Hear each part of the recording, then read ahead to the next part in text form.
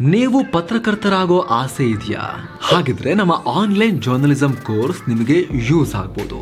ಇದು ಅನ್ ಅಕಾಡೆಮಿಯ ಗ್ರಾಫಿ ಪ್ಲಾಟ್ಫಾರ್ಮ್ ನಲ್ಲಿ 5 ಸ್ಟಾರ್ ರೇಟೆಡ್ ಕೋರ್ಸ್. ಯಾವುದೇ ಡಿಗ್ರಿ ಮಾಡಿರುವವರು ಮಾಡ್ತಿರೋರು ಈ ಕೋರ್ಸ್ ಮೂಲಕ ಜರ್ನಲಿಸಂ ನ ಆಳ ಅಗಲ ತಿಳ್ಕೋಬಹುದು. ಜರ್ನಲಿಸಂ ಡಿಗ್ರಿಯನ್ನೇ ಮಾಡಿರೋರು ಮಾಡ್ತಿರೋರು ಈ ಕೋರ್ಸ್ ಮಾಡಿದ್ರೆ ಇನ್ನಷ್ಟು ಕ್ಲಾರಿಟಿ ಪಡಿಬಹುದು. ನಿಮಗೂ ಕೋರ್ಸ್ ಜಾಯಿನ್ ಆಗೋಕೆ ಆಸಕ್ತಿ ಇದ್ರೆ ವಿಡಿಯೋ ಕೆಳಗೆ ಡಿಸ್ಕ್ರಿಪ್ಷನ್ ಅಲ್ಲಿ ಹಾಗೂ ಕಾಮೆಂಟ್ ಸೆಕ್ಷನ್ ನಲ್ಲಿ ಟಾಪ್ ಕಾಮೆಂಟ್ ನಲ್ಲಿ ನಿಮಗೆ ಲಿಂಕ್ ಸಿಗುತ್ತೆ. ಅದರ ಮೇಲೆ ಕ್ಲಿಕ್ ಮಾಡೋ ಮೂಲಕ ವೆಬ್ಸೈಟ್ಗೆ ಹೋಗಿ ಕೋರ್ಸ್ ಬಗ್ಗೆ ಸಂಪೂರ್ಣ ಮಾಹಿತಿಯನ್ನು ನೀವು ಪಡಿಬಹುದು, ಜಾಯಿನ್ ಕೂಡ ಆಗ್ಬೋದು. ಸ್ನೇಹಿತರೆ, ಅಂತೂ ಇಂತೂ ಕೊನೆಗೂ ಕಡೆಗೂ ಬಿಸಿಸಿಐ ಗೌತಮ್ ಗಂಭೀರ್ ಅವರನ್ನ ಟೀಮ್ ಇಂಡಿಯಾದ ಹೆಡ್ ಕೋಚ್ ಆಗಿ ಅಫಿಷಿಯಲ್ ಆಗಿ ಅನೌನ್ಸ್ ಮಾಡಿದೆ. ಮುಂದಿನ 3 ವರ್ಷಗಳ ಕಾಲ ಗಂಭೀರ್ ಟೀಮ್ ಇಂಡಿಯಾದ ಹೆಡ್ ಮಾಸ್ಟರ್ ಆಗಿ ಕಾಣಿಸ್ಕೊಳ್ತಾರೆ. Tough master, strict master, head master ಈ ರೀತಿ ಎಲ್ಲ ಕರಿಬಹುದು ನೀವು ಇವ್ರನ್ನ. ಯಾಕಂದ್ರೆ ಗಂಭೀರ್ ಸ್ವಭಾವತಃ ನಿಷ್ಠುರವಾದಿ, ಸ್ವಲ್ಪ ಕಿರಿಕ್ ಮನುಷ್ಯ. ಹೀಗಾಗಿ ಸದಾ 140 ಕೋಟಿ ಜನರ ನಿರೀಕ್ಷೆಗಳ ಭಾರ ಹೊತ್ತಿರೋ ಟೀಮ್ ಇಂಡಿಯಾವನ್ನ ಹೇಗೆ ಮುನ್ನಡೆಸ್ತಾರೆ, ಎಲ್ಲಕ್ಕಿಂತ ಇಂಪಾರ್ಟೆಂಟ್ ಆಗಿ ಕೊಹ್ಲಿಯೊಂದಿಗೆ ಹೇಗಿರ್ತಾರೆ, ಸದ್ಯ ಗಂಭೀರ್ ಮುಂದಿರೋ ಸವಾಲುಗಳೇನು, ಟೀಮ್ನಲ್ಲಿ ಏನೆಲ್ಲ ಚೇಂಜಸ್ ಅವರು ತರಬಹುದು, ಇದೆಲ್ಲವನ್ನ ಈ ವಿಡಿಯೋದಲ್ಲಿ ಕ್ವಿಕ್ ಆಗಿ ನೋಡ್ತಾ ಹೋಗೋಣ. ಗಂಭೀರ್ ಟೀಮ್ನಲ್ಲಿ ಕನ್ನಡಿಗ ವಿನಯ್ ಕುಮಾರ್ ಕೂಡ ಸೇರ್ಕೋಬಹುದು ಅಂತ ಹೇಳಲಾಗ್ತಿದೆ, ಅದರ ಬಗ್ಗೆ ಕೂಡ ಗಮನ ಹರಿಸ್ತಾ ಹೋಗೋಣ. ಗಂಭೀರ್ ಟೀಮ್ನಲ್ಲಿ ಕನ್ನಡಿಗ ವಿನಯ್ ಕುಮಾರ್ ಬೌಲಿಂಗ್ ಕೋಚ್. ಸ್ನೇಹಿತರೆ, ಹಾಗೆ ನೋಡಿದ್ರೆ ಟೀಮ್ ಇಂಡಿಯಾದ ಮುಂದಿನ ಕೋಚ್ ಯಾರಾಗ್ತಾರೆ ಅನ್ನೋದ್ರಲ್ಲಿ ದೊಡ್ಡ ಕುತೂಹಲ ಏನೂ ಇರಲಿಲ್ಲ. ಯಾಕಂದ್ರೆ ಕಳೆದ 1-1.5 ತಿಂಗಳಿನಿಂದಲೂ ಕೂಡ ಸುದ್ದಿ ಓಡಾಡ್ತಾ ಇತ್ತು, ನಾವು ಕೂಡ ವರದಿ ಮಾಡಿದ್ವಿ. T20 ವರ್ಲ್ಡ್ ಕಪ್ ನಂತರ ದ್ರಾವಿಡ್ ಅವರ ಅವಧಿ ಕೊನೆಯಾಗುತ್ತೆ, ಹೊಸ ಕೋಚ್ ಬೇಕಾಗ್ತಾರೆ. ಸೊ ಈ ವಿಚಾರ ಕ್ಲಿಯರ್ ಆದಾಗಲೇ ಬಿಸಿಸಿಐ ಕೋಚ್ಗಳಿಗೆ ಹುಡುಕಾಡ್ತಾ ಇತ್ತು. ಈ ಮಧ್ಯೆ IPL ನಲ್ಲಿ Gautam Gambhir Kolkata night Riders team ಅನ್ನ ಕಟ್ಟಿದ ರೀತಿ, KKR ಪರ್ಫಾರ್ಮ್ ಮಾಡಿದ ರೀತಿ ಗಂಭೀರ್ ಅವ್ರನ್ನ ಆಬ್ವಿಯಸ್ ಚಾಯ್ಸ್ ಆಗಿ ಮಾಡಿತ್ತು. IPL ನಡುವೆನೆ ಬಿಸಿಸಿಐ ಅಪ್ರೋಚ್ ಮಾಡಿದೆ ಅಂತ ಸುದ್ದಿ ಕೂಡ ಆಗಿತ್ತು. ಬಳಿಕ ಗಂಭೀರ್ ಕೂಡ ಕೋಚ್ ಪಟ್ಟ ವಹಿಸಿಕೊಳ್ಳೋ ಬಗ್ಗೆ ಮಾತನಾಡಿದ್ರು. ಹೀಗಾಗಿ ಅಧಿಕೃತವಾಗಿ ಅನೌನ್ಸ್ ಮಾಡೋದೊಂದೇ ಬಾಕಿ ಇತ್ತು. ಸದ್ಯ ಬಿಸಿಸಿಐ ಆ ಕೆಲಸ ಮಾಡಿದೆ. ಗೌತಮ್ ಗಂಭೀರ್ 2027ರ ಡಿಸೆಂಬರ್ ವರೆಗೆ ಅಂದ್ರೆ ಮುಂದಿನ 3.5 ವರ್ಷಗಳ ಕಾಲ ಟೀಮ್ ಇಂಡಿಯಾದ ಕೋಚ್ ಆಗಿ ಕೆಲಸ ಮಾಡ್ತಾರೆ. ಮುಂದಿನ ಶ್ರೀಲಂಕಾ ಸರಣಿಯಿಂದ ಗಂಭೀರ್ ಅವರ ಕೆಲಸ ಶುರುವಾಗುತ್ತೆ. ಜುಲೈ 27ರಿಂದ ಲಂಕಾದಲ್ಲಿ ಭಾರತ 3 ODI ಹಾಗೂ 3 T20 ಪಂದ್ಯಗಳನ್ನು ಆಡುತ್ತೆ. ಗಂಭೀರ್ ಜೊತೆಗೆ ಸಪೋರ್ಟಿಂಗ್ ಸ್ಟಾಫ್ ಅಂದ್ರೆ batting coach, bowling coach, fielding coach ಆಯ್ಕೆಯಾಗೋದು ಕೂಡ ಬಾಕಿ ಇದೆ. ಸಾಮಾನ್ಯವಾಗಿ ಹೆಡ್ ಕೋಚ್ ಯಾರನ್ನ ಸೂಚಿಸ್ತಾರೋ ಅವರೇ ಈ ಸ್ಥಾನಗಳನ್ನ ವಹಿಸಿಕೊಳ್ತಾರೆ. ವರದಿಗಳ ಪ್ರಕಾರ ಗಂಭೀರ್ ಮಾಜಿ ಆಟಗಾರರಾದ ಮುಂಬೈನ ಅಭಿಷೇಕ್ ನಾಯರ್ನ ಅಸಿಸ್ಟೆಂಟ್ ಕೋಚ್ ಆಗಿ, ಹಾಗೆ ನಮ್ಮ ಕನ್ನಡಿಗ ವಿನಯ್ ಕುಮಾರ್ ಅವರನ್ನ ಬೌಲಿಂಗ್ ಕೋಚ್ ಆಗಿ ಕೇಳಿದ್ದಾರೆ ಅಂತ ಹೇಳಲಾಗ್ತಿದೆ. ಭಾರತದ ಕ್ರಿಕೆಟ್ ವಲಯದಲ್ಲಿ ಅಭಿಷೇಕ್ ನಾಯರ್ಗೆ ಬಹಳ ಒಳ್ಳೆಯ ಹೆಸರಿದೆ. ದಿನೇಶ್ ಕಾರ್ತಿಕ್ ಅವರು ತಾವು ಫಿನಿಷರ್ ಆಗಿ ಚೇಂಜ್ ಆಗೋದ್ರ ಹಿಂದೆ ಅಭಿಷೇಕ್ ನಾಯರ್ ಪಾತ್ರ ತುಂಬಾ ದೊಡ್ಡದಿದೆ ಅಂತ ಹೇಳಿದ್ರು. ರೋಹಿತ್ ಶರ್ಮಾ, ಸೂರ್ಯ, ಇಶನ್ ಹೀಗೆ ಮುಂಬೈ ಗರಡಿಯ ಹಲವು ಬ್ಯಾಟರ್ಗಳನ್ನ ಅಭಿಷೇಕ್ ನಾಯರ್ ಫೈನ್ ಟ್ಯೂನ್ ಮಾಡಿದ್ದಾರೆ. ಅಲ್ಲದೆ ಅಭಿಷೇಕ್ ನಾಯರ್ ಗಂಭೀರ್ ಜೊತೆಗೆ KKR ನಲ್ಲಿ ವರ್ಕ್ ಮಾಡಿದವರು. ಹೀಗಾಗಿ ಅವರನ್ನ ಗಂಭೀರ್ ತಮ್ಮ ಟೀಮ್ ನಲ್ಲಿ ಇಟ್ಕೊಳ್ತಿದ್ದಾರೆ.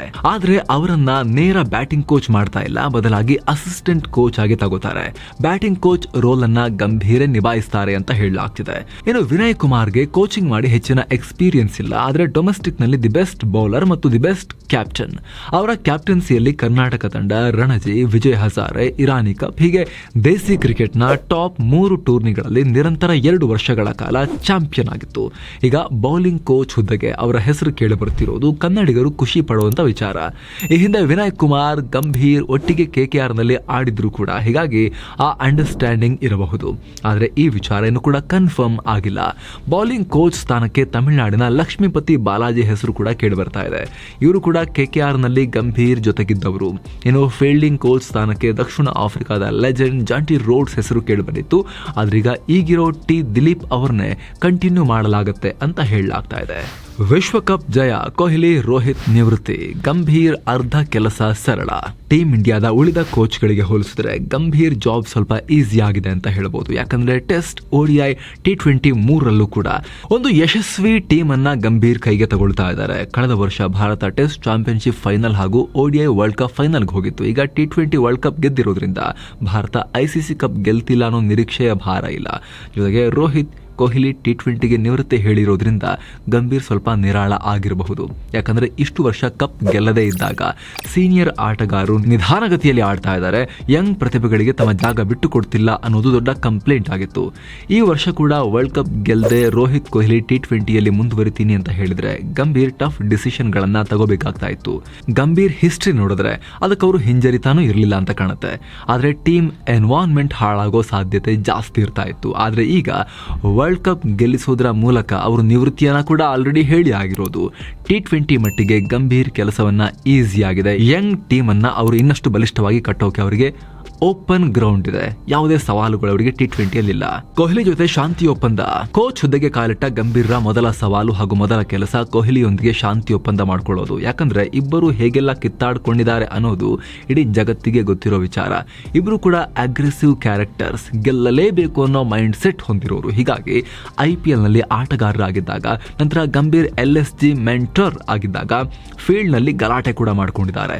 ಅಲ್ಲದೆ ಹಲವಾರು ಸಲ ಗಂಭೀರ್ ಕೊಹ್ಲಿಯನ್ನ ನೇರವಾಗಿ ಟೀಕಿಸಿದ್ದಾರೆ. ನಮಗೆಲ್ಲ ಗೊತ್ತಿರೋ ಹಾಗೆ ಕೊಹ್ಲಿ ಆ ರೀತಿ ಟೀಕೆಗಳನ್ನ ಇಗ್ನೋರ್ ಮಾಡೋ ವ್ಯಕ್ತಿ ಅಲ್ಲ. ಅವ್ರ ಬಗ್ಗೆ ಯಾರ್ಯಾರು ಏನೇನು ಮಾತಾಡಿದ್ರು ಅಂತ ಚೆನ್ನಾಗಿ ನೆನಪಿಟ್ಕೊಂಡಿರ್ತಾರೆ. ಹೀಗಾಗಿ ಇಬ್ರು ಕೂತು ತಮ್ಮ ನಡುವೆ ಇರೋ ಸಮಸ್ಯೆಗಳನ್ನ ಬಗೆಹರಿಸ್ಕೋಬೇಕಾಗತ್ತೆ. ಅಥವಾ BCCI ಈಗ ಆಲ್ರೆಡಿ ಕೆಲಸವನ್ನ ಮಾಡಿರಲೂಬಹುದು. ಯಂಗ್ ಟೀಮ್ ಕಟ್ಟೋ ಜವಾಬ್ದಾರಿ ಏನೋ ಗಂಭೀರ್ ಮುಂದಿರೋ ನೆಕ್ಸ್ಟ್ ಬಿಗ್ ಚಾಲೆಂಜ್ ಅಂತ ಹೇಳಿದ್ರೆ ಯಂಗ್ ಟೀಮ್ ಅನ್ನ ಇನ್ನಷ್ಟು ಬಲಿಷ್ಠವಾಗಿ ಕಟ್ಟೋದು. ನಾವು ಈಗ ಆಲ್ರೆಡಿ ಅನೇಕ ವರದಿಗಳಲ್ಲಿ ಹೇಳಿರೋ ಹಾಗೆ ಸೀನಿಯರ್ ಆಟಗಾರರಿಗೆ ವಯಸ್ಸಾಗ್ತಾ ಇದೆ. ರೋಹಿತ್ ಕೊಹ್ಲಿ T20ಗೆ ರಿಟೈರ್ ಆಗಿದ್ದಾರೆ. ಆದ್ರೆ ODIನಲ್ಲಿ ಮುಂದಿನ ವರ್ಲ್ಡ್ ಕಪ್ ಆಡೋದು ಕಷ್ಟ. ಕೊಹ್ಲಿ ಕಷ್ಟಪಟ್ಟರೆ ಆಡ್ಬೋದು, ಆದರೆ ರೋಹಿತ್ ಸಾಧ್ಯತೆ ಇಲ್ಲ. ಇನ್ನು ಕೊಹ್ಲಿ, ರೋಹಿತ್ ಅಷ್ಟೇ ಅಲ್ಲ, ಟೆಸ್ಟ್ನಲ್ಲಿ ಅಶ್ವಿನ್, ಜಡೇಜಾ, ಶಮಿ ಅವರು ಕೂಡ ತಮ್ಮ ಕರಿಯರ್ನ ಅಂತ್ಯದಲ್ಲಿದ್ದಾರೆ. ಇವರೆಲ್ಲ ಹೆಚ್ಚಂದ್ರೆ 1-2 ವರ್ಷ ಆಡಬಹುದಿನ್ನು. ದಿಢೀರಂತ 5-6 ಸೀನಿಯರ್ ಪ್ಲೇಯರ್ಸ್ ನಿವೃತ್ತಿ ಹೇಳ್ತಾರೆ. ಹೀಗಾಗಿ ಒಂದು ಯಂಗ್ ತಂಡವನ್ನ ಕಟ್ಟೋ ಜವಾಬ್ದಾರಿ ಗಂಭೀರ್ ಮೇಲಿದೆ. ಶುಭ್ಮನ್ ಗಿಲ್, ರಿಷಬ್ ಪಂತ್, ಜೈಸ್ವಾಲ್, ಶ್ರೇಯಸ್ ಅಯ್ಯರ್ರ ಸುತ್ತ ಹೊಸ ಟೀಮ್ ಅನ್ನ ಕಟ್ಟಬೇಕು. ಅಲ್ಲದೆ ಇದರಲ್ಲಿ ಕೆಲವರನ್ನ ಸೀನಿಯರ್ ಪ್ಲೇಯರ್ಸ್ ಆಗಿ ಲೀಡರ್ಶಿಪ್ ರೋಲ್ಗಳಿಗೆ ಮೌಲ್ಡ್ ಮಾಡಬೇಕು. ಇದರಲ್ಲಿ ಬಹಳ ಜನ ಇನ್ನು ಟೀಮ್ನಲ್ಲಿ ಖಾಯಂ ಆಗಿಲ್ಲ. ಹೀಗಾಗಿ ಅದನ್ನ ಕೂಡ ನೋಡ್ಕೋಬೇಕು. ಬಟ್ ಇದೆಲ್ಲದರ ಮಧ್ಯೆ ಟೀಮ್ ಪರ್ಫಾರ್ಮೆನ್ಸ್ ಕೂಡ ಡೌನ್ ಆಗದಂತೆ ನೋಡ್ಕೋಬೇಕಾಗಿರೋ ಹೊಣೆಗಾರಿಕೆ ಗಂಭೀರ್ ಮೇಲಿದೆ. ಸೀನಿಯರ್ ಟು ಜೂನಿಯರ್ ಟ್ರಾನ್ಸಿಷನ್ ಸುಲಭವಾಗಿರೋ ತರ ನೋಡ್ಕೋಬೇಕಾಗುತ್ತೆ. ಬಹಳ ಗ್ರೇಟ್ ಟೀಮ್ಗಳು ಹೀಗೆ ಸೀನಿಯರ್ ಪ್ಲೇಯರ್ ಸಡನ್ ಆಗಿ ರಿಟೈರ್ ಆದಾಗ ಸಂಪೂರ್ಣವಾಗಿ ಕಳೆದು ಹೋಗಿರೋ ಎಕ್ಸಾಂಪಲ್ಸ್ ಇದೆ. ಸದ್ಯ ಶ್ರೀಲಂಕಾದ ಉದಾಹರಣೆ ಕಣ್ಮುಂದೆ ಇದೆ. ಜಯಸೂರ್ಯ, ಸಂಗಕಾರ, ಮಹಿಳಾ ಜಯವರ್ಧನ, ಮುತ್ತಯ್ಯ ಮುರಳೀಧರನ್, ತಿಲಕರತ್ನೆ ದಿಲ್ಶನ್ ರಂತ ಘಟಾನುಘಟಿ ಪ್ಲೇಯರ್ಸ್ ಇದ್ದು, ಅರವಿಂದ ಡಿಸಿಲ್ವಾ, ಚಮಿಂದಾವಾಸ್ ಇವರೆಲ್ಲ ಇದ್ರು. ಟೀಮ್ ತುಂಬಾ ಸ್ಟ್ರಾಂಗ್ ಇತ್ತು. ಭಾರತಕ್ಕೂ ಏಟ್ ಕೊಡೋ ಮಟ್ಟಿಗೆ ಶ್ರೀಲಂಕಾ ಟೀಮ್ ಇತ್ತು. ಆದ್ರೆ ಆ ಘಟಾನುಘಟಿಗಳು ರಿಟೈರ್ ಆದ ತಕ್ಷಣ ಶ್ರೀಲಂಕಾ ಟೀಮ್ ತಿಣುಕಾಡ್ತಾ ಇದೆ, ಒದ್ದಾಡ್ತಾ ಇದೆ. ಹೀಗಾಗಿ ಈ ವಿಚಾರದಲ್ಲಿ ಉಳಿದೆಲ್ಲ ಕೋಚ್ಗಳಿಗಿಂತ ಗಂಭೀರ್ ಪಾತ್ರ ಕ್ರೂಷಿಯಲ್ ಆಗುತ್ತೆ. ಸಾಲು ICC ಟೂರ್ನಿಗಳು. ಯಂಗ್ ತಂಡ ಅಂತ ಮೈಮರೆಯಕ್ಕಾಗಲ್ಲ. ಯಾಕಂದ್ರೆ ಅವರ ಅವಧಿಯಲ್ಲಿ ಸಾಲು ಇಂಪಾರ್ಟೆಂಟ್ ಟೂರ್ನಿಗಳಿವೆ ಗಂಭೀರ್ಗೆ. ಈ ವರ್ಷದ ಅಂತ್ಯದಲ್ಲಿ ಆಸ್ಟ್ರೇಲಿಯಾ ಸೀರೀಸ್ ಇದೆ. ಆಸ್ಟ್ರೇಲಿಯಾದಲ್ಲಿ 5 ಟೆಸ್ಟ್ ಮ್ಯಾಚ್ ಇದೆ. ಟೀಮ್ ಇಂಡಿಯಾ ಕಳೆದೆರಡು ಸೀರೀಸ್ ನಲ್ಲೂ ಗೆದ್ದು ಬೀಗಿತ್ತು. ಈ ಸಲ ಸೋತ್ರೆ ಗಂಭೀರ್ ಆರಂಭದಲ್ಲೇ ದೊಡ್ಡ ಆಘಾತ ಅನುಭವಿಸಿದಂಗಾಗತ್ತೆ. ಆಸ್ಟ್ರೇಲಿಯಾ ಸರಣಿ ಬಳಿಕ 2025ರ ಆರಂಭದಲ್ಲಿ ಚಾಂಪಿಯನ್ಸ್ ಟ್ರೋಫಿ ಇದೆ. ಭಾರತ ಪಾಕಿಸ್ತಾನದಲ್ಲಿ ಆಡುತ್ತಾ ಇಲ್ವಾ ಇನ್ನು ಸ್ಪಷ್ಟ ಇಲ್ಲ. ಆದ್ರೆ ವಿಶ್ವಕಪ್ಗಿಂತ ಇದು ಟಫ್ ಕಾಂಪಿಟಿಷನ್. ಚಾಂಪಿಯನ್ಸ್ ಟ್ರೋಫಿ ನಂತರ ವರ್ಲ್ಡ್ ಟೆಸ್ಟ್ ಚಾಂಪಿಯನ್ಶಿಪ್ ಫೈನಲ್ ಇರುತ್ತೆ. ಸದ್ಯದ ಪಾಯಿಂಟ್ಸ್ ಪಟ್ಟಿ ನೋಡಿದ್ರೆ ಭಾರತ ಮತ್ತೆ ಫೈನಲ್ ಆಡೋದು ಫಿಕ್ಸ್. ಆದ್ರೆ ಕಳೆದೆರಡು ಸಲವೂ ನಾವು ಫೈನಲ್ ನಲ್ಲಿ ಸೋತಿದ್ದೀವಿ. ಹೀಗಾಗಿ ಈ ಸಲ ಗೆಲ್ಲಲೇಬೇಕಾದ ಒತ್ತಡ ಇರುತ್ತೆ. ತದನಂತರ 2025ರಲ್ಲೇ ಇಂಗ್ಲೆಂಡ್ ಸೀರೀಸ್ ಇದೆ. ಇಂಗ್ಲೆಂಡ್ ನಲ್ಲಿ ಟೆಸ್ಟ್ ಸರಣಿ ಗೆಲ್ಲಬೇಕು ಅನ್ನೋ ಕನಸು ಇನ್ನೂ ಕನಸಾಗಿನೇ ಉಳ್ಕೊಂಡಿದೆ. ನಂತರ 2026ರಲ್ಲಿ ಮತ್ತೆ ತವರಲ್ಲಿ T20 ವಿಶ್ವಕಪ್, ನ್ಯೂಜಿಲೆಂಡ್ ಸೀರೀಸ್, 2027ರ ಏಕದಿನ ವರ್ಲ್ಡ್ ಕಪ್. ಹೀಗೆ ಗಂಭೀರ್ಗೆ ಸಾಲು ಸವಾಲುಗಳಿವೆ. ಈ ಸವಾಲುಗಳ ಪೈಕಿ ಯಾವ್ದ್ರಲ್ಲಿ ಸಕ್ಸಸ್ ಸಿಗುತ್ತೆ, ಯಾವ್ದ್ರಲ್ಲಿ ಸಿಗಲ್ಲ ಗೊತ್ತಿಲ್ಲ, ಭವಿಷ್ಯವಾಣಿ ನುಡಿಯಕ್ಕಾಗಲ್ಲ. ಆದ್ರೆ ಗಂಭೀರ್ ಟೀಮ್ ನಲ್ಲಿ ಒಂದಷ್ಟು ಬದಲಾವಣೆಗಳನ್ನ ಡೆಫಿನೆಟ್ಲಿ ತರ್ತಾರೆ. ಅದೇನು ಅಂದ್ರೆ ಗಂಭೀರ್ ಹೀರೋ ವರ್ಷಿಪ್ ಸಂಸ್ಕೃತಿಗೆ ಬ್ರೇಕ್ ಹಾಕಬಹುದು. ಈ ಹಿಂದೆ ಹಲವಾರು ಸಲ ಗಂಭೀರ್ ಈ ವಿಚಾರದ ಬಗ್ಗೆ ಮಾತನಾಡಿದ್ರು. ಕೊಹ್ಲಿ, ರೋಹಿತ್, ಧೋನಿ ಅವರ ಆಟಕ್ಕಿಂತ ಅವರನ್ನ ಹೆಚ್ಚು ನೋಡ್ಲಾಗ್ತಾ ಇದೆ. ಮೆರಿಟ್ ಮೇಲೆ ಟೀಮ್ ಸೆಲೆಕ್ಷನ್ ನಡೀತಾ ಇಲ್ಲ. ಪ್ಲೇಯರ್ಸ್ ಮೇಲೆ ಆಯ್ಕೆ ಮಾಡ್ತಾ ಇದ್ದಾರೆ. ಇಂಡಿವಿಜುವಲ್ ಪರ್ಫಾರ್ಮೆನ್ಸ್ ಜಾಸ್ತಿ ಹೈಲೈಟ್ ಆಗ್ತಿದೆ ಅನ್ನೋದು ಗಂಭೀರ್ ಟೀಕೆಯಾಗಿತ್ತು. ಟೀಮ್ ಸೆಲೆಕ್ಷನ್ ವಿಚಾರದಲ್ಲಿ ಟೀಕೆ ಮಾಡ್ತಾ ಇದ್ರು ಗಂಭೀರ್. ಈಗ ಟೀಮ್ನ ಚುಕ್ಕಾಣಿಯೇ ಅವರ ಕೈಗೆ ಸಿಕ್ಕಾಗ, ಜೊತೆಗೆ ಯುವ ಆಟಗಾರರು ಇರೋದ್ರಿಂದ ಈ ಕಲ್ಚರ್ನ ನಿಲ್ಲಿಸೋಕೆ ಗಂಭೀರ್ ಪ್ರಯತ್ನ ಪಡಬಹುದು. ಆದ್ರೆ ಈ ಕೆಲಸ ಮಾಡಬೇಕಾದ್ರೆ ಗಂಭೀರ್ ಸ್ವಲ್ಪ ಎಚ್ಚರಿಕೆ ಕೂಡ ವಹಿಸಬೇಕಾಗತ್ತೆ. ಗಂಭೀರ್ಗೆ ಬರೀ ಗೆಲುವು ಗೆದ್ದಿಲ್ಲ ಅಂದ್ರೆ ಕ್ರೇಜಿ ಆಗ್ಬಿಡ್ತಾರೆ. ಗೆಲ್ಲೇಬೇಕು ಅಂತ ಹೇಳಿ ಏನು ಬೇಕಾದ್ರೂ ಮಾಡೋ ಮಟ್ಟಿಗೆ ಅವರು ಅಷ್ಟು ಅಗ್ರೆಷನ್ ತೋರಿಸ್ತಾರೆ, ನಿಷ್ಠುರವಾದಿ, ನೇರವಾಗಿ ಮಾತನಾಡ್ತಾರೆ. ಇದೆಲ್ಲವೂ ಕರೆಕ್ಟ್. ಆದ್ರೆ ಇದೇ ವೇಳೆ ಟೀಮ್ ನ ವಾತಾವರಣವನ್ನ ಕೂಡ ಸ್ಟೇಬಲ್ ಆಗಿಟ್ಕೊಳ್ಳೋ ಜವಾಬ್ದಾರಿಯೂ ಕೋಚ್ ಮೇಲಿರುತ್ತೆ ಅನ್ನೋದನ್ನ ಗಂಭೀರ್ ಮ್ಯಾನೇಜ್ ಮಾಡಬೇಕಾಗತ್ತೆ. ಸಂಘರ್ಷಗಳ ಶಮನ ಮಾಡೋ ಕೋಚೆ ಜಗಳಗಳಿಗೆ ಕಾರಣ ಆಗಬಾರದು. ಜೊತೆಗೆ ಎಲ್ಲ ಚೇಂಜ್ ಮಾಡ್ತೀನಿ ಅಂತ ಪೂರ್ತಿ ಬುಡಮೇಲು ಮಾಡೋಕ್ಕೂ ಕೂಡ ಕೈ ಹಾಕಬಾರದು. ಆದರೆ ಗಂಭೀರ್ಗೆ ಇದ್ರ ಬಗ್ಗೆ ಬಹಳ ಸಲಹೆ ಎಲ್ಲ ಕೊಡಬೇಕು ಅಂತೇನಿಲ್ಲ. ಆಲ್ರೆಡಿ ಅವರು KKR ಟೀಮ್ನಲ್ಲಿ ಯಶಸ್ವಿಯಾಗಿ ಟೀಮನ್ನು ಮುನ್ನಡೆಸಿ ತೋರಿಸಿದ್ದಾರೆ, ಸಕ್ಸಸ್ಫುಲ್ ಟೀಮ್ ಮಾಡಿದ್ದಾರೆ. ಆದರೆ ಟೀಮ್ ಇಂಡಿಯಾ ಅಂತ ಬಂದಾಗ ಬರೀ ಕೋಲ್ಕತ್ತಾ, ಪಶ್ಚಿಮ ಬಂಗಾಳ ಮಾತ್ರ ಅಲ್ಲ, 140 ಕೋಟಿ ಭಾರತೀಯರ ನಿರೀಕ್ಷೆ ಇರುತ್ತೆ. ಭಾರತದ ಮೂಲೆ ಮೂಲೆಯಿಂದ ಎಮರ್ಜ್ ಆಗೋ ಪ್ಲೇಯರ್ಗಳು ಟೀಮ್ ಇಂಡಿಯಾಗೆ ಬರ್ತಾ ಇರ್ತಾರೆ. ಸಣ್ಣ ಪುಟ್ಟ ಪ್ಲೇಯರ್ಸ್ ಇರ್ತಾರೆ, ಹೊಸಬರು ಇರ್ತಾರೆ, ಅಪ್ಕಮಿಂಗ್ ಸ್ಟಾರ್ಸ್ ಇರ್ತಾರೆ, ಎಸ್ಟಾಬ್ಲಿಷ್ಡ್ ಸ್ಟಾರ್ಸ್ ಇರ್ತಾರೆ, ಲೆಜೆಂಡ್ಸ್ ಕೂಡ ಇರ್ತಾರೆ. ಅವರೆಲ್ಲರನ್ನೂ ಒಂದು ಸಮತೋಲನದಲ್ಲಿ ಬ್ಯಾಲೆನ್ಸ್ ಮಾಡಬೇಕಾದ ಜವಾಬ್ದಾರಿ ಗಂಭೀರ್ ಅವರಿಗಿದೆ. Thank you so much. ಮತ್ತೆ ಭೇಟಿ ಆಗ್ತಿರೋಣ. ನಮಸ್ತೆ.